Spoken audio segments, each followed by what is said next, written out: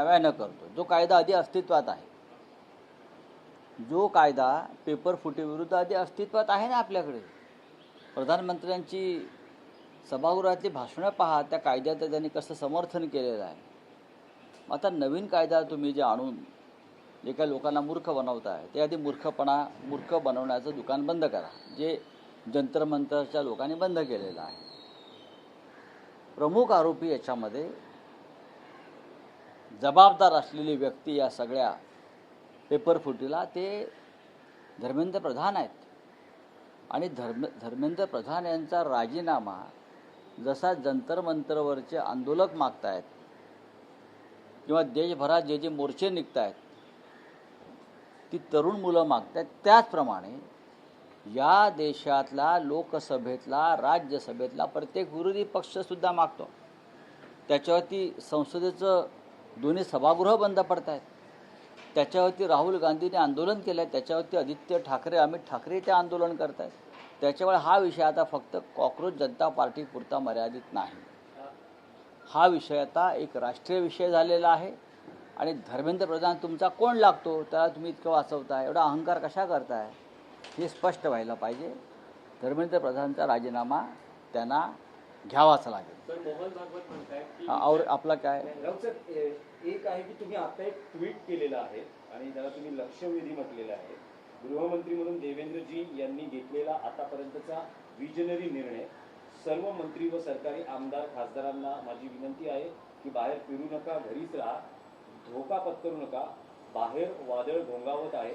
आणि कंसात तुम्ही म्हणतात की गद्दार मंडळींनी तर भूमिगत व्हावे, जय महाराष्ट्र. एक बातमी तुम्ही लोकसत्तेतली एक बातमी वृत्तपत्रामध्ये काल प्रसिद्ध झाली की देवेंद्र फडणवीस यांनी सर्व मंत्र्यांची सुरक्षा वाढवली. का बरं त्यांना अशी अचानक सुरक्षा वाढवावी लागली? सर्वच मंत्र्यांना Y+Z अशा प्रकारची सुरक्षा आहे. काही लोकांनी स्वतःचे स्वतंत्र बॉडीगार्ड्स ठेवलेले आहेत.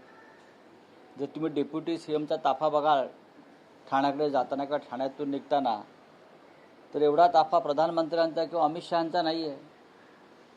तरीही जर देवेंद्र फडणवीस यांनी या सगळ्यांची सुरक्षा वाढवण्याचा निर्णय घेतला असेल, तर तो फडणवीस यांच्या कारकिर्दीतला गृहमंत्री म्हणून आतापर्यंतचा अत्यंत दूरदृष्टीचा निर्णय आहे. विजनरी निर्णय म्हणतो मी त्याला.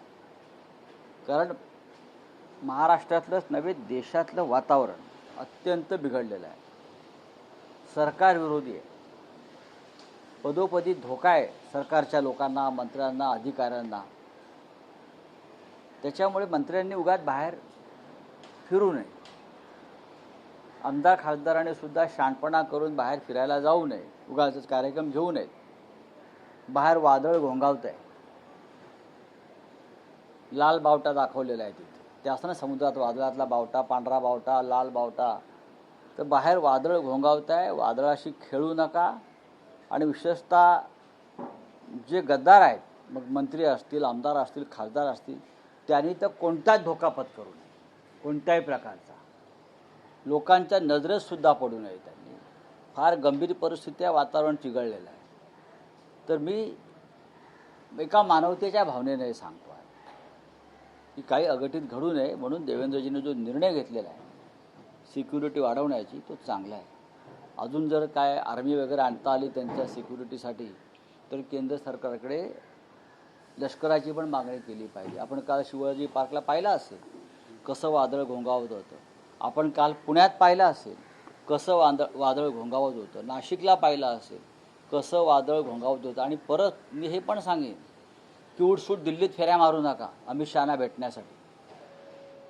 दिल्लीत सगळ्यात जास्त चक्रीवादळ आहे. नजरेच कोणाच्या पडू नका. या लोकांनी भूमिगत व्हायला पाहिजे. दिल्लीत जाल तर काहीतरी गडबड होईल. तुमच्यावर लक्ष आहे सगळ्यांवर. ज्यांनी या देशाशी बेईमानी केलेली आहे, जनतेशी बेईमानी केलेली आहे, त्यांच्या जीवाला आणि त्यांच्या मालमत्तेला धोका आहे. म्हणून देवेंद्रजींनी तो निर्णय घेतला आहे गृहमंत्री म्हणून, पहिला विजनरी निर्णय, की सर्व मंत्र्यांची आणि आमदार खासदारांची सुरक्षा वाढवावी. त्याचं मी स्वागत करतो. सर बोला. मोहन भागवत असे म्हणाले विद्यार्थी तुम्हाला प्रश्न विचारतायत, तरुण पिढी प्रश्न विचारतायत, त्याची उत्तर द्यायला हवे, हा